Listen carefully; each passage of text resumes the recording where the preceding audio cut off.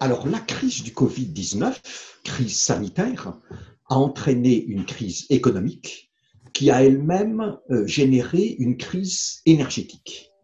Et il y a quelques éléments clés pour montrer la manifestation de cette crise énergétique qui est actuellement sans précédent.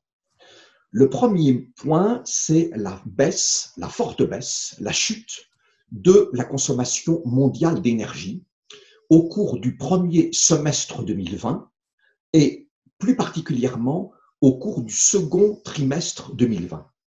Nous avons donc depuis le début de l'année une baisse de la consommation de pétrole, une baisse de la consommation de charbon, une baisse de la consommation de gaz naturel et une baisse de la consommation d'électricité. On n'a jamais vécu une telle situation depuis la Seconde Guerre mondiale et 2020 devrait être marqué par un recul de la consommation d'énergie, même si on peut penser que les choses vont évoluer nettement au cours du second semestre 2020. Donc, première manifestation clé de cette crise énergétique, une chute et parfois une très forte chute de la consommation mondiale d'énergie. Deuxième élément, la chute des prix. Puisque la consommation d'énergie chute, les prix sont entraînés dans cette tendance, et notamment les prix du pétrole. Rappelons que le prix du pétrole Brent de la mer du Nord était à environ 68 $ par baril le 6 janvier 2020. Et nous sommes passés par un creux de moins de 20 $ par baril dans les dernières semaines. Aujourd'hui, dans les derniers jours, il y a une remontée. Nous sommes aujourd'hui donc le 7 mai avec un prix du Brent qui est de l'ordre de 30-31 $ par baril, mais il est tombé à un niveau très bas. À un moment donné, la chute des prix du pétrole a été d'environ 70%, et puis les prix ont tendance à remonter dans ces derniers jours. Troisième manifestation, conséquence de cette crise énergétique liée au Covid-19, la baisse de la production pétrolière mondiale. Celle-ci intervient notamment à partir du 1er mai 2020, suite à des décisions prises par une vingtaine de pays, membres de l'OPEP, l'Organisation des pays exportateurs de pétrole, et des pays non OPEP, dont la Russie, qui coopèrent avec l'OPEP depuis la fin 2016. Donc, en tout, il y a 20 pays, 10 pays OPEP, 10 pays non OPEP, dont la Russie, qui ont décidé de réduire fortement leur production à compter du 1er mai 2020.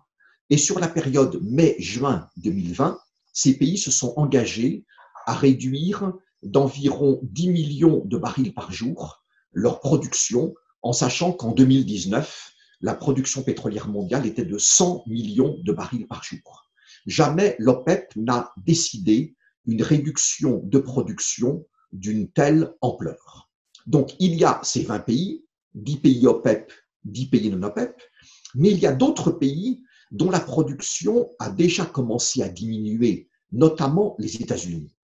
Les États-Unis, l'administration Trump n'a pas décidé une baisse autoritaire de la production. Il n'y a pas eu de décision du gouvernement fédéral ordonnant aux compagnies pétrolières américaines de baisser leur production. Mais ces compagnies constatent que comme les prix du pétrole ont beaucoup baissé, dans certains cas, il n'est plus rentable de produire. Elles réduisent leurs coûts, elles réduisent leurs investissements, elles réduisent leur forage, elles ferment des puits, et donc la production pétrolière américaine, alors que ce pays est le premier producteur mondial de pétrole, cette production a commencé à baisser dans les dernières semaines et va baisser en 2020 et peut-être en 2021. Donc nous avons eu, dans une première étape, dès le début de cette année, une forte réduction de la consommation pétrolière mondiale, notamment au cours du second trimestre 2020. Et à partir du mois de mai, nous allons avoir une forte baisse de la production pétrolière mondiale. Et l'enjeu pour les pays producteurs, c'est de retrouver un équilibre entre l'offre et la demande pétrolière mondiale, quelque part au cours du second semestre 2020. Un autre élément de cette crise énergétique mondiale, c'est les grandes difficultés que traversent et que vont traverser les pays producteurs de pétrole. Les pays producteurs et exportateurs de pétrole, qu'ils soient ou pas membres de l'OPEP, notamment les pays en développement, qui sont très dépendants du pétrole pour leurs recettes d'exportation, pour leurs recettes budgétaires, pour leur croissance économique et pour la redistribution des revenus pétroliers en vue de maintenir chez eux des équilibres politiques et sociaux internes parfois assez difficiles. Il y a un risque de déstabilisation de certains ou de plusieurs pays producteurs qui, avec la chute des prix du pétrole, n'auront plus forcément les revenus nécessaires pour répondre aux besoins fondamentaux de leur population, ce qui pourrait entraîner des tensions politiques et sociales internes importantes.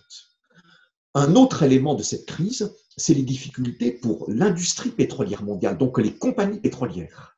Alors, dans les compagnies pétrolières, il y a des géants, ExxonMobil, Royal Dutch Shell, BP, Chevron, Total, Eni, etc. Mais toutes les compagnies pétrolières ne sont pas des géants. Et certaines d'entre elles, notamment en Amérique du Nord, vont avoir de très grandes difficultés et vont mettre la clé sous la porte. On a déjà eu aux États-Unis l'exemple dans les dernières semaines de deux compagnies, une compagnie pétrolière américaine et une compagnie très liée à l'industrie pétrolière qui ont fait faillite, qui ont dit qu'elles ne pouvaient plus faire face à leurs engagements, elles ne pouvaient plus continuer leurs activités du fait de leur baisse de rentabilité liée à l'effondrement des prix du pétrole. Donc on pourrait voir aux États-Unis notamment, peut-être au Canada, une vague de faillite dans l'industrie pétrolière en 2020 et le fait pour de grands acteurs de l'industrie pétrolière de pouvoir racheter les actifs de certaines compagnies de taille petite et moyenne, ce qui pourrait conduire à une restructuration de l'industrie pétrolière, probablement d'abord sans doute nord-américaine. Trois remarques plus positives par rapport à cette crise. D'abord, il est possible, mais pas certain, que nous ayons touché le fond, que nous soyons passés par la période la plus difficile au second trimestre 2020, notamment le mois d'avril. C'est probablement en avril que la baisse de la consommation pétrolière mondiale a été la plus forte. Et on n'a pas encore de chiffres définitifs au moment où nous parlons, mais il est possible qu'en avril 2020, la consommation pétrolière mondiale ait chuté de 20 à 30 millions de barils par jour, soit de 20 à 30% par rapport à la consommation mondiale pétrolière en 2019, ce qui est sans équivalent, là encore, depuis plusieurs décennies. On a des raisons de penser que les choses vont aller un peu moins mal, même si elles resteront difficiles en mai et juin 2020, et qu'elles devraient s'améliorer significativement sur le plan pétrolier au cours du second semestre 2020.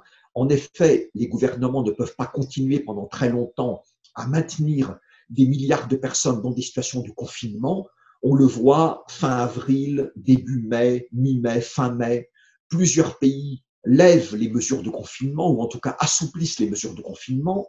Les personnes vont donc recommencer à se déplacer, donc à consommer plus de carburant pétrolier. Des secteurs d'activité qui avaient été fermés par décision gouvernementale vont rouvrir. Donc on va recommencer à consommer plus de pétrole, plus d'énergie avec la reprise économique mondiale, probablement au cours du second semestre.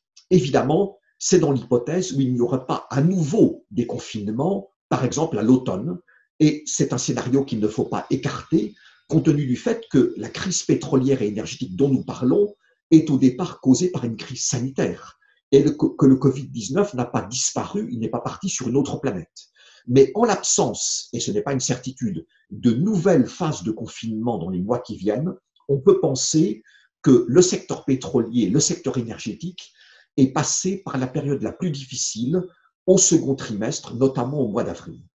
Deuxième nouvelle qui n'est pas une nouvelle négative, baisse des émissions de CO2, donc les émissions de gaz carbonique ou de dioxyde de carbone, qui est le principal agent de l'effet de serre et du changement climatique. C'est évidemment lié à la baisse de la consommation d'énergie et à l'arrêt d'activité de certaines entreprises, de nombreuses entreprises et de certains secteurs industriels. On pense qu'en 2020, on aura une chute importante des émissions de CO2, des émissions de gaz carbonique, et donc qu'il y aura un impact positif pour la planète. Mais attention, ça ne va pas durer, dans le sens où dès qu'il y aura reprise économique, on consommera à nouveau plus d'énergie, plus de pétrole, plus de charbon, plus de gaz naturel, donc les trois combustibles fossiles pétrole, charbon, gaz naturel, qui sont les trois énergies les plus consommées dans le monde aujourd'hui, devant l'hydroélectricité, le nucléaire et les autres énergies renouvelables. Et donc, cette bonne nouvelle sur la baisse des émissions de CO2 ne va pas durer longtemps, mais en tout cas, on peut en tenir compte pour l'instant.